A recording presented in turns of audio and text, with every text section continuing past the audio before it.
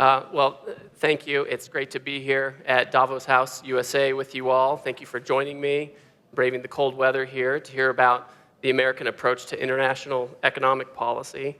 I'm not talking about just what we're doing today. I'm talking about how the Americans have done it for centuries. And as you'll see as I go through today's speech, the default position for most of US history has been a pragmatic one involving a mix of tariffs, state involvement, and trade agreements that optimize trade for the United States.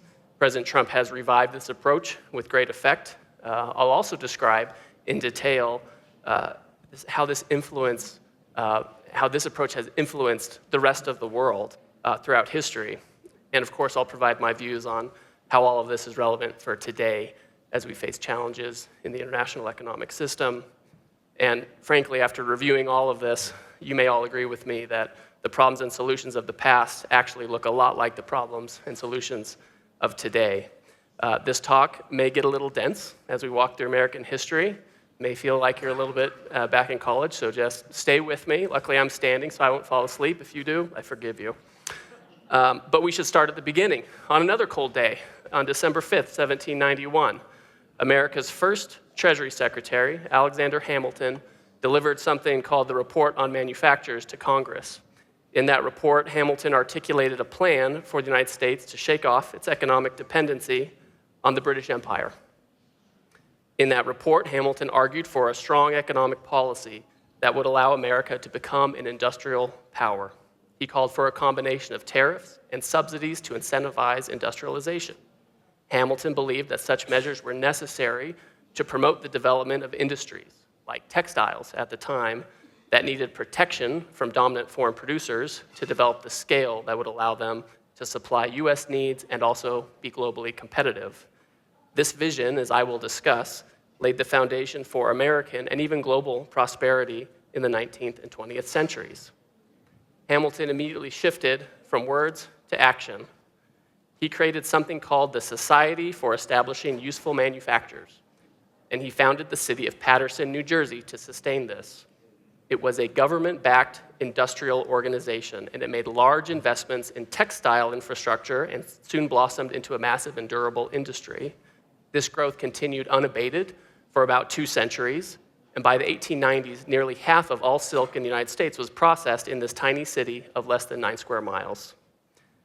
Now, what's interesting is that the manufacturing ecosystem that emerged in Paterson made it a hub of activity far beyond textiles. New factories kept springing up in the city, making rail cars, pipelines, and weather balloons. A prototype submarine was developed in Paterson, New Jersey in the 19th century. And by the 20th century, Paterson had become an aerospace hub. The Curtiss-Wright Corporation turned out engines that powered aviation pioneers like Amelia Earhart, as well as the iconic B-17s and B-25s that helped achieve victory in World War II. But as the 20th century came to a close, the industrial might of Paterson began grinding to a halt. Other nations had learned Alexander Hamilton's lessons, while American leaders slowly forgot them. As the United States chose to favor more imports and mothball its original industrial policy toolkit, countries across Europe and Asia actually doubled down on that American toolkit. While American policymakers decided to abandon manufacturing and production to some degree, our trading partners pushed for dominance in sectors we failed to prioritize or even voluntarily let go. New Jersey lost almost 47% of its manufacturing jobs after 1994. In the period after the United States entered the World Trade Organization, the North American Free Trade Agreement, NAFTA, and granted China permanent normal trade relations. Paterson then became one of the poorest cities in the United States. So the project that Hamilton began and that lasted about 200 years was undone by a US experiment in so-called free trade, one that tied America's hands behind its back while failing to address the practices of countries that had weaponized our own methods against us. So Paterson is a good example of what has gone right and what has gone wrong with American trade policy. So I want to walk you through more of our history so you can understand how America became an industrial power in the first place, how we lost our way, and our path back to a pragmatic trade policy. As I mentioned, Alexander Hamilton called for using tariffs and subsidies to develop America into an independent manufacturing power. Hamilton tragically died before his 50th birthday. There's like a musical you can watch if you want more information about that. But despite that, others continued to pursue his vision. There was a Kentucky senator named Henry Clay, and he took up Hamilton's cause.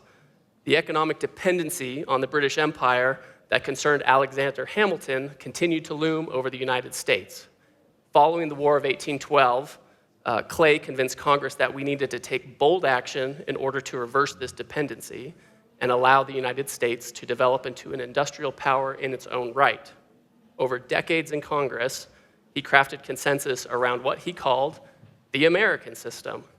This program combined high tariffs and state support for industry with a belief in the power of a large internal free market. In other words, the US Constitution was our most important free trade agreement, and countries outside the Constitution were not entitled to those benefits of freedom of commerce. Trade between the states would be free and seamless, but access from other countries was carefully limited to encourage the development of a robust American industrial commons. Government helped build canals and railroads and promoted competition within the country. The formula worked. Towns like Paterson, New Jersey, thrived. By the time of the Civil War, the American system had built up the beginnings of the American industrial machine. American per capita industrial output increased 525% from 1750 to 1860, eclipsing all other major countries other than the UK. However, American ingenuity and productivity was held back by Southern slavery, which kept the country tied to an exploitative and backwards planter class that pushed ceaselessly for free trade. Southern millionaires wanted to sell the cotton that their slaves grew to the British and buy cheap foreign manufactured goods in return, and had no interest in supporting American industry or any idea of a broader American project. The South at that time apparently preferred a colonial model for its own economy, with the South playing the part of commodity-producing economy. So it should come as no surprise that President Abraham Lincoln was a strong proponent of tariffs. Or in President Lincoln's own words, "My politics are short and sweet, like the old woman's dance. I'm in favor of a national bank, I'm in favor of the internal improvement system, and a high protective tariff." President Lincoln famously was among the first Republicans, and he set a policy for Republicans early on. President Lincoln had an influential advisor named Henry Carey. Has anyone heard of this guy? Seriously, who's heard of him? One, okay, one person, two? Okay, two people, that's good. That's actually pretty good. When I saw Henry Carey, I thought of Harry Carey. He's like this announcer for the Cubs from years ago, but okay, there's like 4 people who got that. But Henry Carey, he did more than anyone, arguably even Hamilton, I think, in laying out the rationale for America's development agenda, as I'll discuss later, his global impact, and he inspired much of the world to copy it.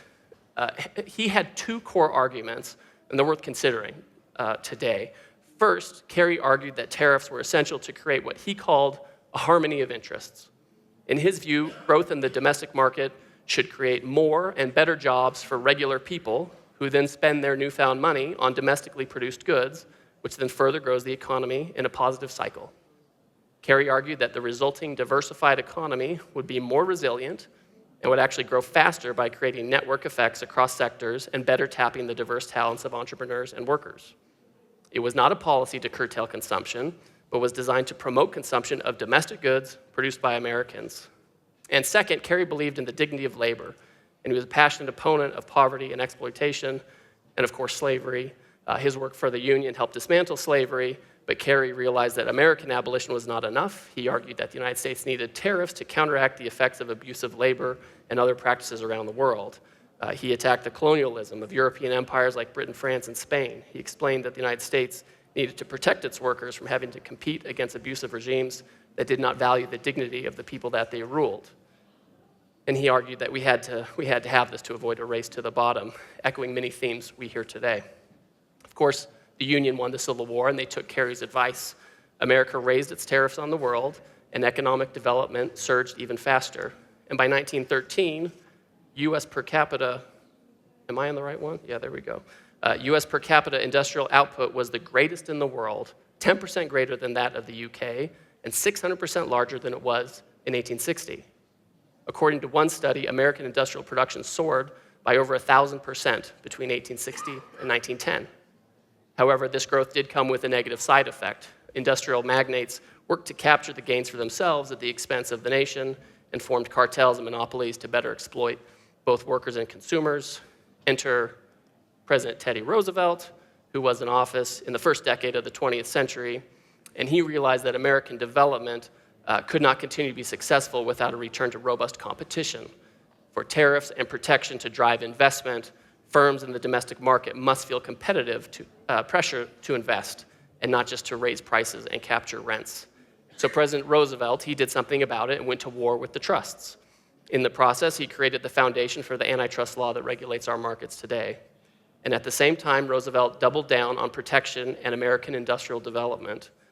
In another interesting quote from a Republican president on trade, Roosevelt once wrote that in this country, pernicious indulgence in the doctrine of free trade seems inevitably to produce fatty degeneration of the moral fiber.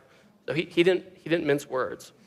As the Great Depression set in a couple decades later, Congress famously, or perhaps infamously, raised tariffs through the Smoot-Hawley bill.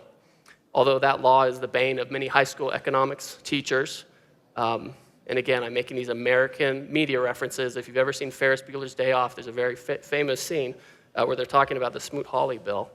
But even so, most economists, including Barry Eichengreen and Paul Krugman, they've made the point that the tariffs, they did little to worsen the crisis. They could have had a slight expansionary effect. They didn't have an inflationary effect. All of that makes sense, as America had been maintaining high tariffs for a long time, for much of the previous century. Smoot-Hawley ended up raising the average tariff rate from 40 to 46%. Obviously, tariffs aren't a magic wand. They didn't reverse the Great Depression, but they didn't plunge it into something worse. I would also say at that time, the United States was a surplus nation. I think tariffs work better for a deficit nation. But in any event, this is why Franklin Delano Roosevelt, FDR, he did not fundamentally change that tariff landscape when he implemented his New Deal program, even though he changed all kinds of other pillars of American society.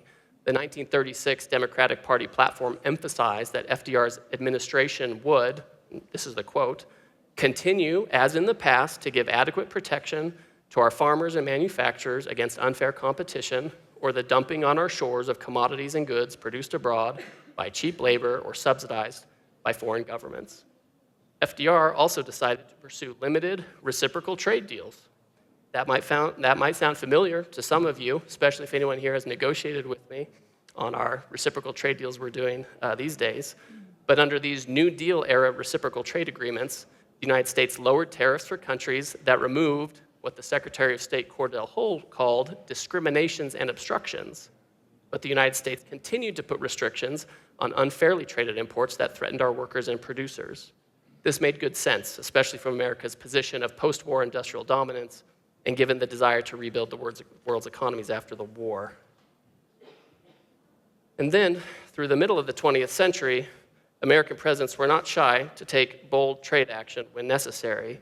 Lyndon Johnson imposed 25% tariffs on pickup trucks that we still have to this day. This was the result of a trade dispute with Europe about American chicken exports, a dispute that also remains with us to this day, 60 years later.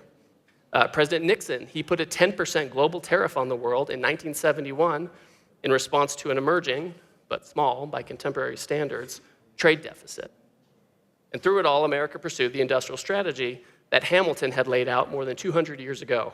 We protected our industry from foreign competition where that was necessary to unlock growth or to counteract unfair production conditions abroad. The American project was pragmatic, it was multifaceted, it combined the power of market competition with appropriate government policy action to encourage economic development. We leveraged the same playbook when we faced the challenge of a large trade deficit back in the 1980s due to non-market policies in a resurgent Japan. Through quotas on autos, tariffs on steel, currency adjustment, and innovative industrial policy programs like Semitech to promote semiconductor research, we reversed course and powered into the 1990s with an unrivaled industrial base and innovation engine. But at the end of the Cold War, as many reveled in what they thought was the end of history, American policymakers largely jettisoned our historic and pragmatic approach to trade. Or perhaps they grew complacent on the assumption of endless prosperity. We pursued hyperglobalization regardless of the consequences, and we bound our hands with NAFTA and the World Trade Organization in ways that made it impossible for the United States to effectively respond to foreign practices and defend our industrial production. Now, other countries, on the other hand, they never forgot the American playbook. They had shaped their economic systems to learn from the United States and were not foolish enough to stop when the US decided to pursue globalization as an end in itself. The American system had become, in some ways, a global economic system, shaping the structures of economies far beyond our borders. For example, in the middle of the 19th century, a German economist named Friedrich List, he read Hamilton's work. He was inspired by it. He developed a comprehensive and influential theory of economic development that spread the American system around the world. List emphasized the importance of strategic trade measures to cultivate what he called the aggregate productive powers of a country over time. This is a very realistic approach to national economics. Like Alexander Hamilton and Henry Clay, List emphasized the need for tariffs to counteract the advantages enjoyed by powerful foreign firms, such as subsidies and entrenched economies of scale. And he also echoed the American call for robust domestic competition to promote productive investment. List's propagation of the American system had a potent effect on industrial development worldwide. Influenced by these ideas, Otto von Bismarck raised German tariffs in 1879, shortly after he unified Germany into one powerful country. The Germans who promoted this shift were explicitly influenced by Henry Carey and the American system. When he was speaking with industrialist Wilhelm von Kardorff, a prominent German advocate of Henry Carey's arguments, Bismarck, he actually apologized for his earlier support for free trade. Bismarck told Kardorff that, "Now I am a complete convert and want to make good my earlier errors." For better or for worse, Bismarck's experiment worked and set the model for Germany's rapid economic development. The American project also influenced trade and policy and economic policy in Japan. American ideas aligned well with the approach to economic development promoted by Meiji statements such as Okubo Toshimichi and intellectuals such as Fukuzawa Yukichi.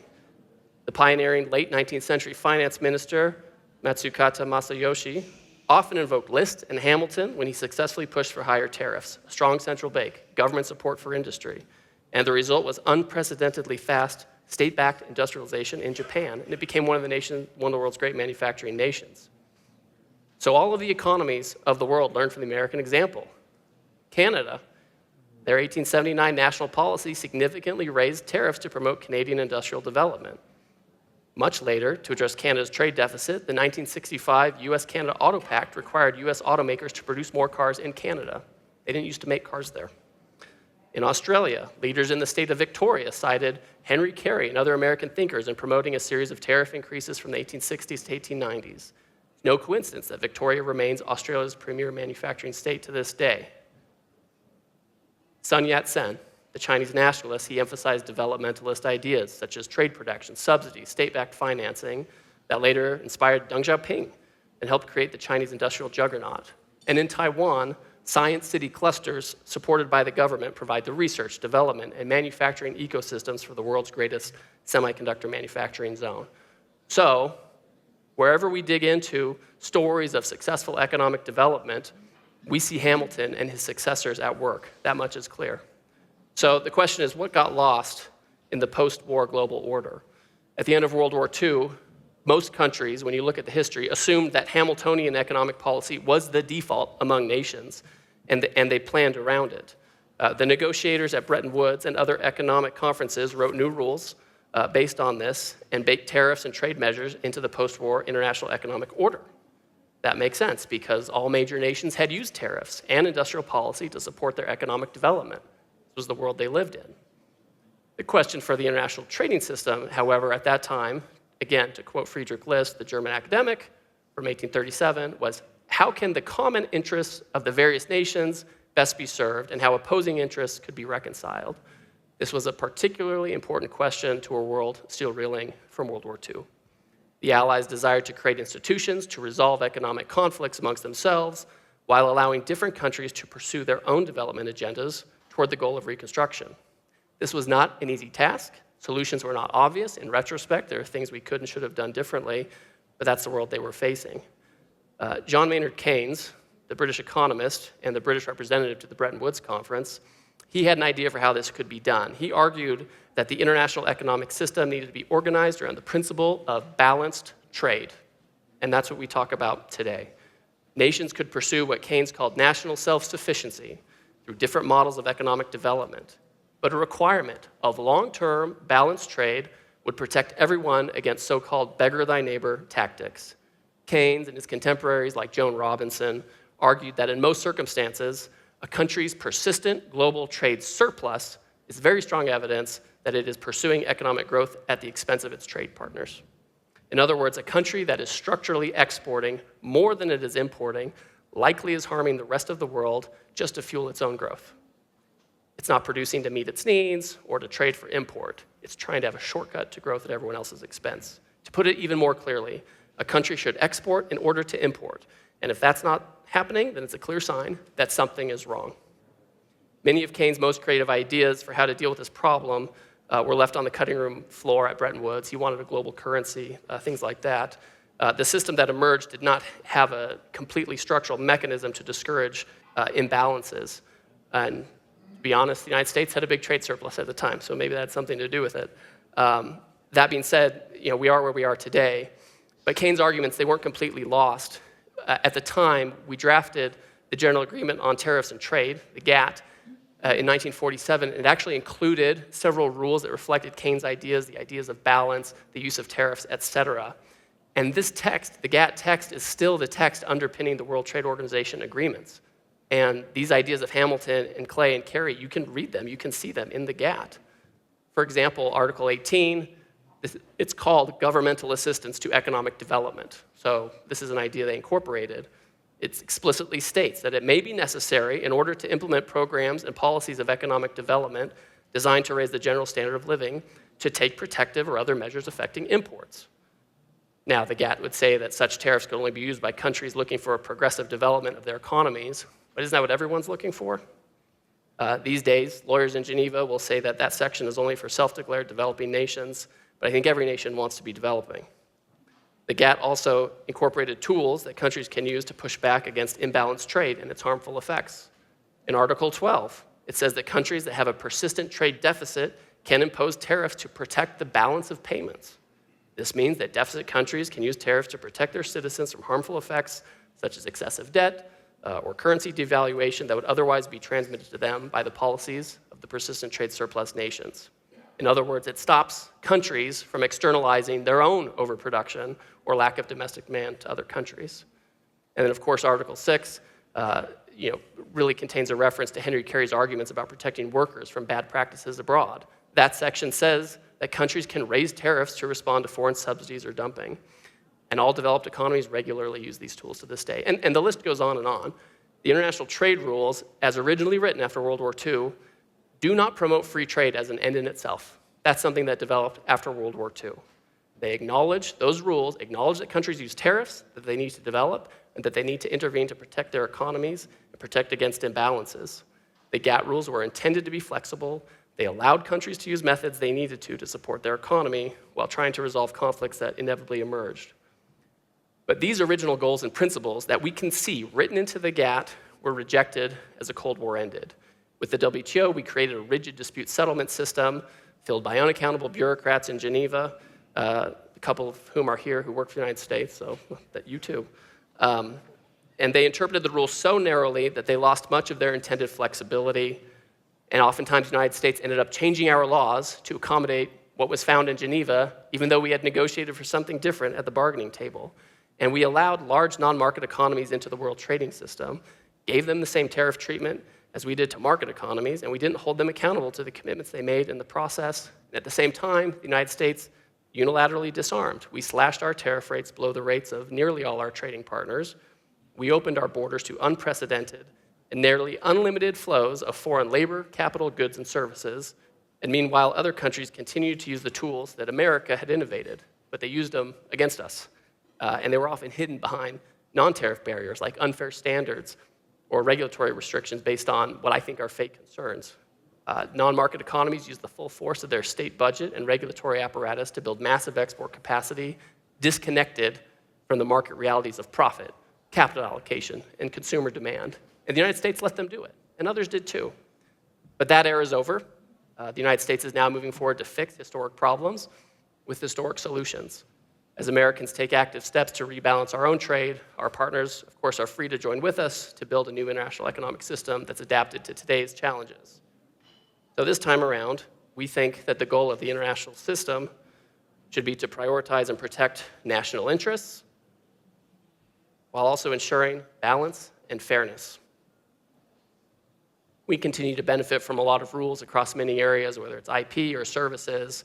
We want to make sure that business has certainty, et cetera. But we can't allow our national interests to be boxed in by outdated frameworks that no longer serve their purpose, if they ever did.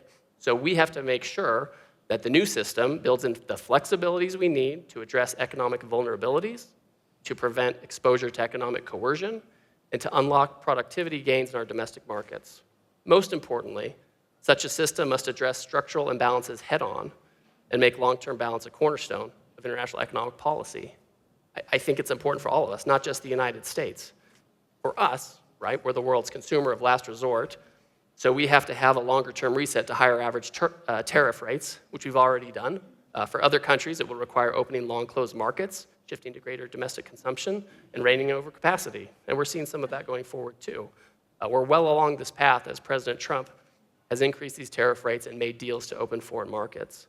This approach, combined with sensible energy, tax, and regulatory policy, has resulted in increased GDP. It's reversed the trend in our trade deficit. It's boosted our wages, particularly for blue-collar workers. We're disrupting the status quo, not for its own sake, but because we need to fix this problem. We're taking action to protect American interests. The new system is emerging. It's in the interest of the American workers, producers, farmers, and ranchers. My guess is that people in Europe, the United Kingdom, and Mexico, and other economies are also vulnerable to non-market practices and overcapacity. More and more workers in those countries are seeing their own livelihoods disappear underneath them due to floods of cheap imports from abroad. So a balanced international economic order is in their interest as well.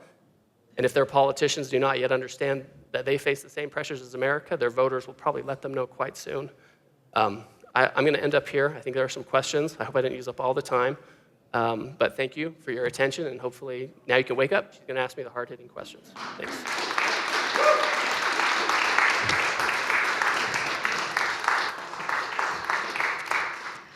Well, thank you for laying out the historic and arguments that are mainly economic arguments. I'd like to bring you to the present day, where the latest threat of tariffs is not based on an economic argument. The president is threatening to put tariffs on various countries in Europe because they are resisting what he wants, which is Greenland. Do you think that that is the right use of tariffs? So I would say that that is an appropriate use of tariffs. So I have, as you noted, I've gone over the economic rationale for all of this. In the United States, other countries as well, there's a long history of using tools that are at the nexus of economics and national security. In the United States, we have export controls, we have sanctions, we have prohibitions, we have things we do with SWIFT, things we do in conjunction with Europeans, things we do on our own. Sometimes countries agree with us, sometimes they don't. And so this falls into that category, right? This falls into, the president clearly has decided he doesn't want to impose full sanctions on countries all the time, but he can use a lesser measure like tariffs to try to also set the scene for whether it's negotiations or other geopolitical outcomes. You think that what the president is doing is setting the scene for negotiations? That's possible. It's something he's talked about. I think he's very clear on what he expects on that front. I'm not going to get ahead of him by any means. All I can say is the president has used tariffs, this term, for when countries have refused to take back illegal immigrants that came to the United States and committed crimes. Countries refused to take them back. For that instance, he's used them in other situations where countries are buying Russian oil, right? So there are a variety of geopolitical instances. And again, there's a long history of the U.S. or other countries using tools that intersect with economics and national security, and this is one of those instances. I'm wondering whether that makes your life a bit more complicated. Oh, no, because, no, not at all. Because you spent all of last year negotiating trade deals. So the EU trade deal, for example, may not go through. It is now suspended, essentially. The EU is threatening to retaliate with tariffs as well, and you could get into this escalatory situation where everything that you have worked on will no longer apply. Well, let me make a couple points. First of all, Europe has done nothing to implement the trade deal. Nothing. So it's actually, for the EU to say, well, we're suspending it, what are they suspending? Their continued negotiations with us. Well, it hasn't been ratified by Yeah, Parliament. For example, when we made the trade deal with the Europeans, shortly thereafter, we modified our tariffs to be much lower. We cut them a deal on autos that other people don't have. We cut them a deal on other products other people don't have. The Europeans have not lowered a single tariff for us. They have their process. I understand they have their process. Yeah. My point is, it actually doesn't change the status quo of outcomes, which is what we're focused on. Now, does it complicate negotiations? The Europeans have said that it does, so I trust them. They know their situation better than I do. I'm always open to having silos and compartmentalizing. I understand the Europeans feel differently. I've had communications with our counterparts. I'll see Maros Šefčovič this week. We'll have further discussions. Listen, I operate in the real world, right? I know the kind of effect this has had on the European view of the United States and the trade agreement. If the Europeans have decided that they're going to loop the trade agreement into Greenland, and they'll come back and say, well, no, you looped the trade agreement into this. The reality is, if you look at the trade agreement as drafted, the joint statement, it doesn't solve every problem, nor was it intended to. There are things that are not addressed in the trade agreement. It doesn't fix all of the agricultural issues we have with Europe. Some of them it does. It doesn't fix the regulatory issues, which are hugely problematic. It doesn't fix pharmaceutical price. There are all kinds of things it doesn't fix. And so the idea that somehow this was a comprehensive trade agreement, that was never the idea. So we can have different things going on at the same time, and I think we have to. So let's just look at this from their perspective for a sec. If there is a trade agreement between two countries, then, and tariffs can be imposed for other purposes, then what is the value of this trade agreement? I mean, don't you worry that the negotiations that you are conducting, even if you sign agreements, what is the worthiness of these agreements if you can have tariffs beyond the agreements? Yeah, I mean, I think when you have a trade agreement, and if something happens outside the bounds of that trade agreement, like this, countries have a decision to make, and they're going to base it on their domestic politics, on what they think they need to do. And part of what I've been discussing this whole time is that trade should be focused on national interests, and that we shouldn't be bound to agreements that tie our hands. And so if the Europeans have decided, we're not going to be bound to this, we think it ties our hands, we're going to do something else, that's a European choice. I don't agree with them, right? I think we can compartmentalize. If they feel differently, then that's their national interest, fine, but then they enter into a world where the escalation you're talking about can happen, right? Listen, I'm a realist. I live in a realist world. If the Europeans decide to roll everything together into a trade agreement that by its terms was limited to some of the most important issues, that's a sovereign decision for them. So what you believe in, you mentioned the word compartmentalize. So you think that you can have these agreements, and then if something happens beyond that, then you have to address it completely differently. Well, I think you That's can. a completely different basis. I mean, listen, things have always happened. Take the Japanese, for example, okay? We've always had great relations with the Japanese. We've had a good security relationship. But in the 80s, we had a trade war with the Japanese, right? And we ended up taking strong trade measures. But they were able to compartmentalize, and so were we. I'm not saying it's easy, and again, I'm being realistic. I'm not pretending that it's easy for the Europeans to do this. It's clearly not. But there is a history of doing this.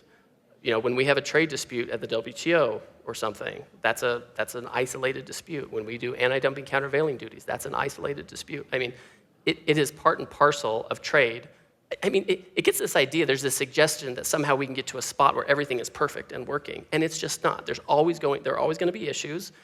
You should negotiate deals that address the issues as best as they can. That's what you should do. And then you have other issues that happen, you have to deal with them as they come. I mean, until we get to the point where Europe has eliminated all of its digital trade issues, India's taken all its tariffs down, China stops subsidizing, then maybe we can all hold hands and sing the song of globalization together. But until then, we're gonna have deals, we'll have setbacks, we'll go forward 2 steps. I mean, it's just the reality of the world we live in.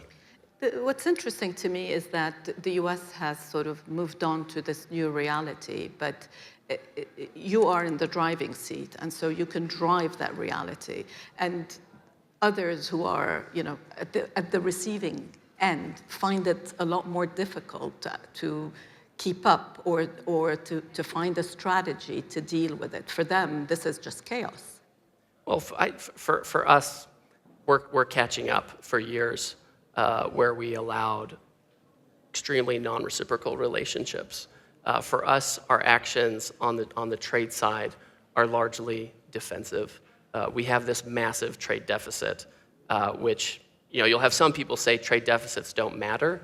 And I guess if you're a multinational corporation, they probably don't matter to you because you're making money on either side of the border. What do you care? But if you're like an auto worker in Ohio or you're a HVAC equipment manufacturer in Michigan, deficits matter to you because it represents a consumption, production that could have been produced in the United States for consumption there. So it matters.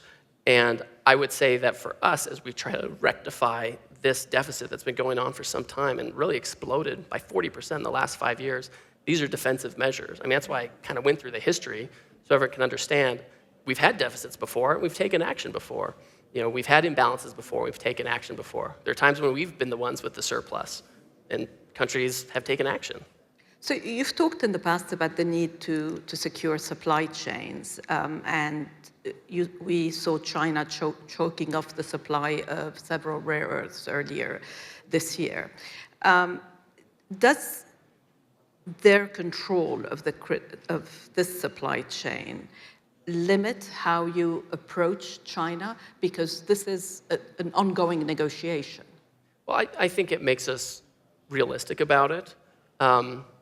Even in a world where we weren't dependent on China for its supply chain, President Trump would want to have a constructive economic relationship with them. Certainly. I will say that when the Chinese come in and say, we're going to control the world's supply chain for rare earth minerals, you have to have a conversation with the Chinese about why that's the case and what can be done to have that flow coming, right? And you know that we did a deal where we lowered our tariffs a little bit. They're still subject to about an average 45 or 35% tariff, somewhere thereabouts. So does it limit it? I don't know if that's how I would say it. We want to have a good relationship with the Chinese. It complicates it, right? I mean, we know that if they want to escalate, they can escalate. We could escalate too if we wanted. We have all kinds of things that the Chinese need. It's not really in the interest of the United States to escalate to have a giant trade war to cut off that can result in cutting off rare earths, nor us cutting off things we sell into China. You seem to often in the behavior of the administration to think that China is so powerful that you really need to manage this relationship. But when it comes to Europe, you're a lot more, you're more willing to push Europe. Is it because you see Europe as being much weaker than China? Because Europe is your ally. So I think the premise is just wrong because we have much higher tariffs on China.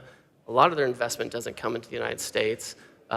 We export control a lot of things. So, I mean, it's just to suggest that we're treating Europe more poorly than China is just out of line with the facts. I mean, we have been, since 2018, we've had very substantial tariffs on China.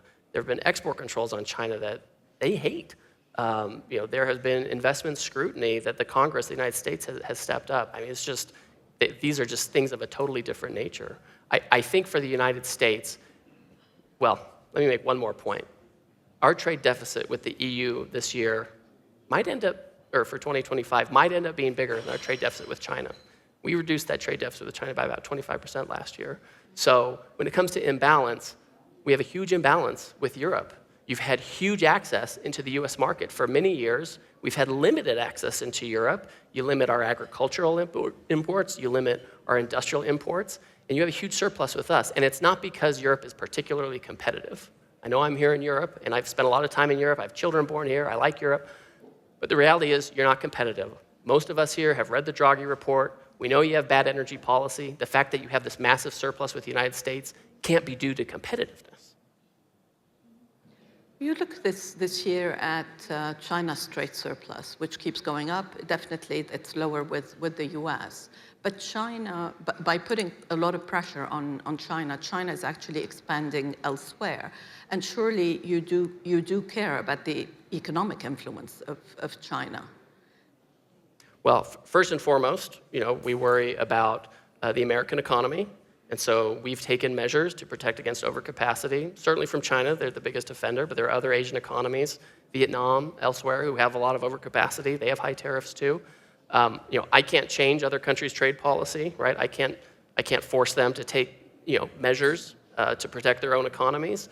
All I know is we can control some levers in the United States with the executive authorities we've been given. We've taken care of that.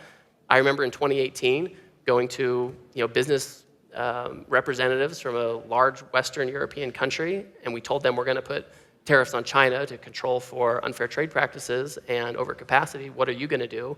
And they said, we're going to out-innovate the Chinese. Now, I've met the Chinese, and they're becoming quite innovative. So I don't think that was the great policy. And now here we are, 8 years later.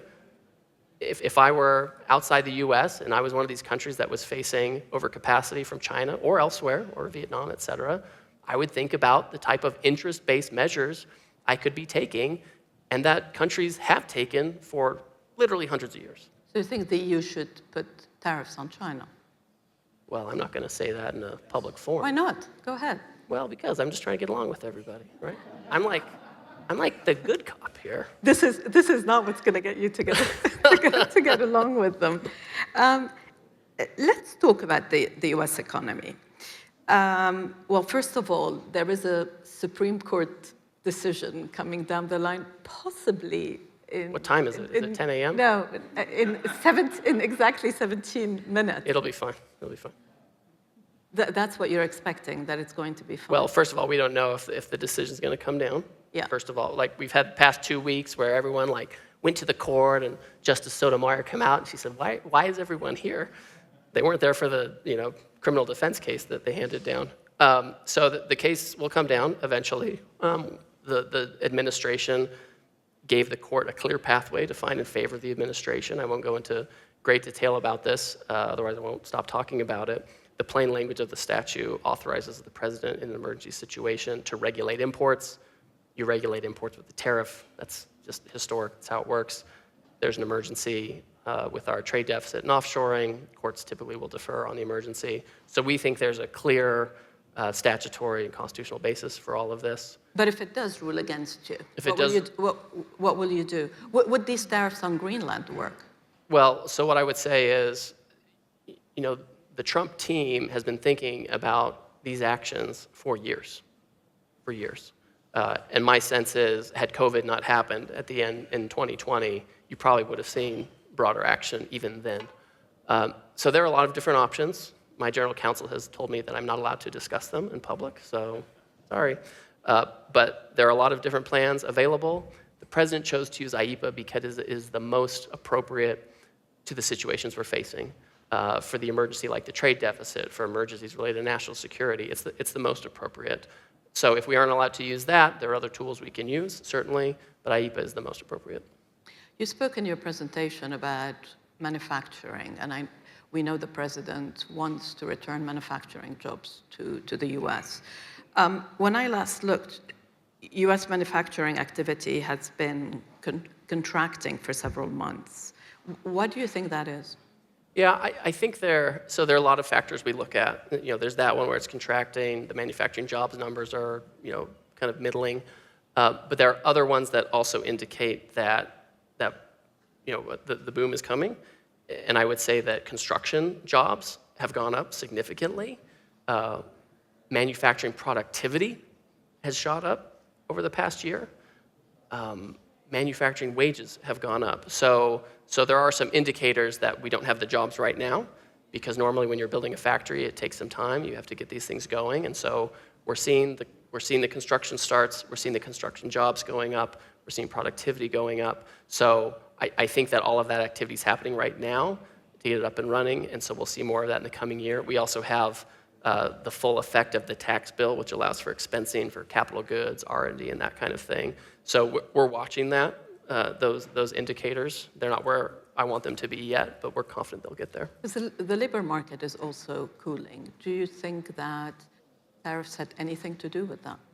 So no, I don't think so. You have to remember in the United States, with our new immigration policy, a lot of folks have left the United States. And so and we cut some government jobs because we didn't want an economy fueled by illegal immigration and government jobs. And so the president, over the past year, there have been 650,000 jobs created, and they're all in the private sector, and they're all to Americans. So that's the kind of healthy job growth we want. We don't want an economy that's fueled by government jobs. So you're going to see that effect in the labor numbers. I think the middle of this year, I think the labor numbers will be a little more reflective of our policies outside of the immigration and government cuts.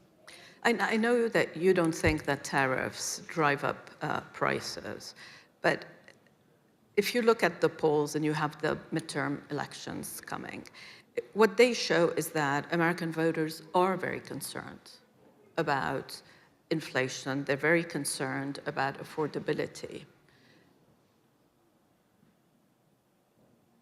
Talk about it. Well, talk about it, but also, I mean, how is it that you believe that tariffs had nothing to do with prices? So if you look at the drivers of inflation, these are all related to services we don't import that are subsidized by government.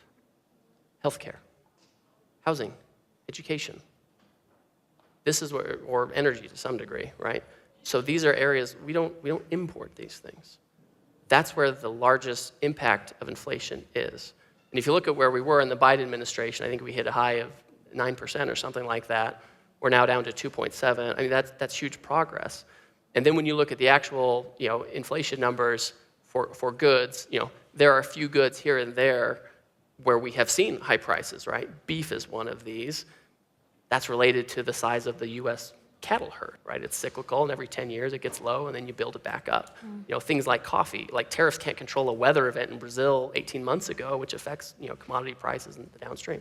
So, can tariffs have an effect on price? Of course they can have an effect on price, but it's typically not an inflationary effect, right? You might get that if you have like a single supplier overseas and they have huge market power to raise the price, but most of these people overseas who are selling to the U.S. market want to keep that market share, and so they're competing, and so are all the people along the supply chain before it gets to the consumer to eat a portion of that. And so that's why we're not seeing overall inflation. You may see some price effects here and there for specific items. So some companies have told me that what they've done is absorb some of the cost of tariffs. And they don't want to immediately raise prices. So what they do is they raise them, little by little, so that you don't notice. Are you seeing that? So no is the answer. I mean, you can cherry pick. You can go to a certain month and say, inflation went up for goods by 0.3%, but then I can find another one and I say, but durables, goods went down by 4%. I mean, when you look at the overall trajectory of inflation, it's in check and going down. And importantly, when we talk about the growth that we're experiencing in the United States, it's not just about the prices, it's about wages. And wages are outpacing inflation, especially for blue-collar workers, especially for manufacturing jobs. When you look at the Biden administration, real wages went down by $3,000 over that administration. We're already up $1,300. We're only a year in. So we're trying to claw back out of this place where we were found. And the fact that wages are outpacing inflation is a really important part of the calculation when we look at the economic effects of our overall program. So do you think that the issue of affordability is going to have a big impact in the midterm? Listen, I think Americans are worried about affordability. And again, it's less focused on goods that we import that we have huge supply. There's oversupply in the world for most goods, but we are concerned about healthcare, where it's subsidized by the government, so it goes up. Education, it's subsidized by the government, so it goes up. Energy, these are often state-run utilities that are poorly run in many cases, so it goes up. So all of these services that are subsidized by the government under schemes largely developed by Democrats, that's a concern. We'll take a couple of questions if Sure. You're happy, but I wanted to ask you, so prepare them. But Do you think that Congress has a role in tariff policy? Yeah, if you go to Congress today, the members of Congress will start off by saying, Article 1, Section 8 of the Constitution entrusts tariff policy to the Congress of the United States, and that's true, and that's written down. And Congress, frankly, in its wisdom, has delegated a lot of that authority to the president, whether it's to investigate unfair trade practices, or do anti-dumping and countervailing duties, do national security tariffs, do IEEPA tariffs, do safeguard tariffs. So there are a lot of delegations that give the president broad authority because the president is executive and he can act and he has a team and he has experts. Congress doesn't have those kinds of tools, so that's why over time they've delegated a lot of it. If there is a question, you can raise your hand. The other thing, okay, go ahead. Go ahead. I was going to turn to something else, but go ahead.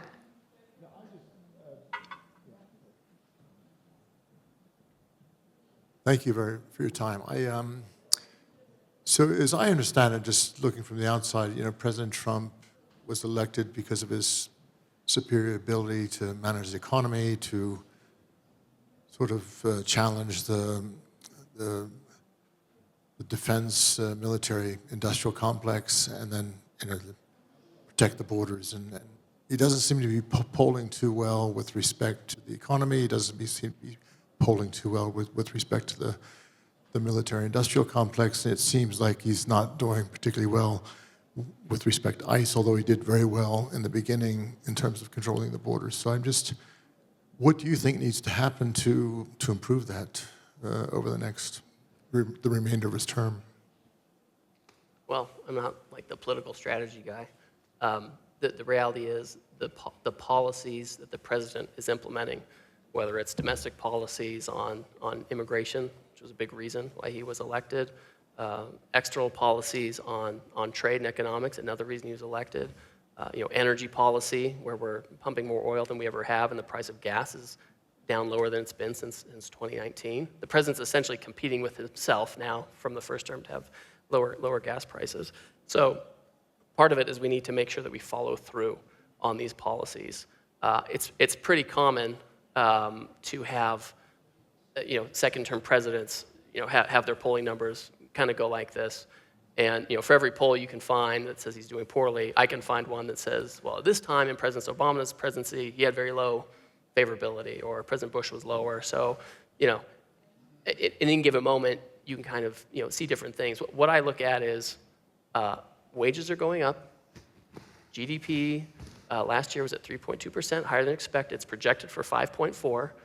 And so this idea that if we had not had tariffs, we would have had, 7% growth? I mean, it's the counterfactual is kind of crazy. So I think the president's going to continue with the policies, including those that resonate most with Americans, especially for some of those issues that matter. The prices of healthcare and energy. I mean, all kinds of things like that. Affordability for housing. I mean, that's what his speech is going to be about here, is about housing affordability. So these are the kinds of things that the president's quite focused on. If he remains focused on them and executes, I think we're going to be fine.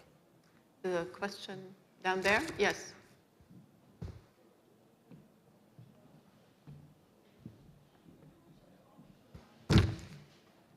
Hello, I'm a journalist, Alina Trabatoni. I wanted to ask you if you could comment on how the energy dynamics could change in terms of the European-American relationship with these latest developments. Also, given the lots of change, I mean, Europe is very dependent on the US for LNG and all the various developments that have taken place over the last couple of years on that front. Sure. Well, I mean, first of all, I think American energy is the most dependable energy for Europe. I know Europe has their climate goals, which are different than U.S. climate goals, but LNG is something that is a relatively clean fossil fuel compared to others. I think that Europe's continued reliance to some degree on Russian oil is just it's so dissonant to me, right? I mean, maybe this is how the Europeans feel when they hear the Trump people talk about things. But when I see the Europeans, coming to wanting to come to the defense of Ukraine, but literally sending money to Russia, I can't even make that make sense in my own head. I mean, obviously, the United States is always going to be a better source for LNG, et cetera. Obviously, we have the Gulf and others. At the same time, Europe has rules in place, rules about methane, CSDDD, all these things that make it look like they're fighting really hard against getting LNG from other countries. So to me, it's a schizophrenic energy policy in Europe. In this instance, I credit the French for leaving those nuclear reactors on. I mean, good on them, right? I mean, I think that we have to use whatever energy makes the most sense for our country. I think that the United States will continue to be a great source for LNG for Europe and the world, and we are happy to work with Europe to find a way to supply them. Two more, if you're okay with that. Yeah, go ahead. Hi, Ray Wong with Constellation Research. So after we reset our tariffs and reset our trade agreements, what are we going to do to create a similar Belt and Road type initiative to bring the carrot back after the stick?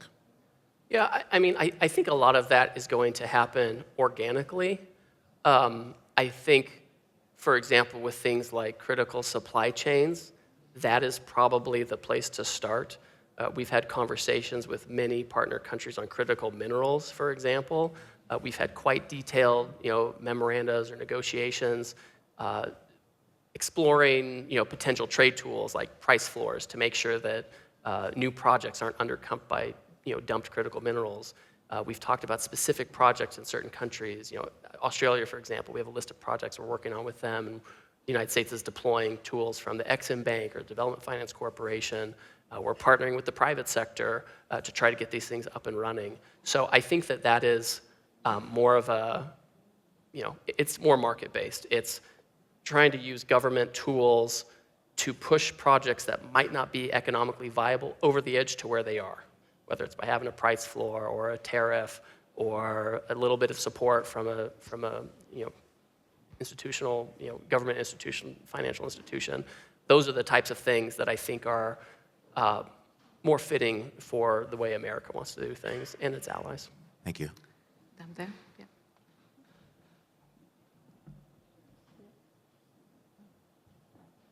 Hi, Ambassador Greer. Nice to see you again. Last time you gave a great presentation at the Economic Club of New York last year. And my question today for you is that recently we have seen that Canada and China are re-engaging a very constructive way.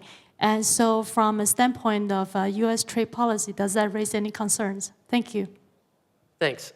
So when you look at the substance of that agreement, it's a fairly discrete trade, not unlike the kinds of trades other countries might do. A few years ago, Canada put a big tariff on Chinese electric vehicles of 100%. China retaliated, as they're wont to do, by cutting off canola oil going to China. Did you know that the word canola is like a made-up word? They said it's like oil from Canada. It's made from rapeseed oil, and that's like not an attractive kind of word, so they called it Canada oil canola. Anyway, things I've learned in the past week.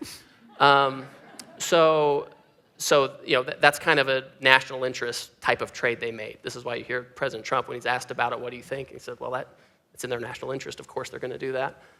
I think there's a broader question, less about the substance of the immediate deal and more of, is this really a change in their orientation? The reality is Canada's GDP is 75% dependent on the United States. Canada's geopolitical decisions are not the hinge on which history swings, right? There's still going to be a ton of trade between the US and Canada. We have an agreement. We'll see how that goes. We're in the review period. Our own view is any trade with Canada needs to be in the American interest. And if they enter into agreements or negotiations with other countries that are against our interest, we'll account for that. So far, the content of this particular deal, we're watching it cautiously, but it's a trade they made, and we'll see what happens next. I think that's it. That's it for. Okay, go ahead. Had one. If we can go 1 minute over time. Thank you very much, Urszula Gacek, Polish Public TV. Ambassador, when you mention the trade deficit you have with Europe, you seem to ignore intangibles. Some statistics suggest that if you take into effect the whole digital economy, you actually have a surplus with the EU. Would you care to comment on that? Yes, because you fell into my trap. So Europeans always do this. So do you know how the services numbers are calculated? It's like so when you calculate the numbers for goods, There's literally a piece of paper or online documents. How much is it? What's the value, et cetera? These numbers are pretty good in developed economies, so we have a very good and reliable sense of what the goods trade looks like. The services numbers, this is how we do it in America, and my guess is how they do it in other places too. We have an agency, the BEA, and it sends out surveys to every firm in America, right? They send it out and they say, if you don't answer the survey, we can subpoena you. I have never heard in my entire life of anyone ever being subpoenaed to provide the services data. So first of all, you're getting back what's effectively voluntary data from firms, and half of it's made up. Because when you look at it, it's an unintelligible form. And you don't know how much to account for US or overseas or anything. So the numbers are quite unreliable. Case in point, if you go to the UK and you say, what's your services balance with the United States? They'll say, oh, well, in the UK, we're proud to have a services surplus with the United States. If you go to the United States, they'll say, well, we're proud to have a services surplus with the UK. So those numbers are bunk. And on that note, great, that's it. Thank you.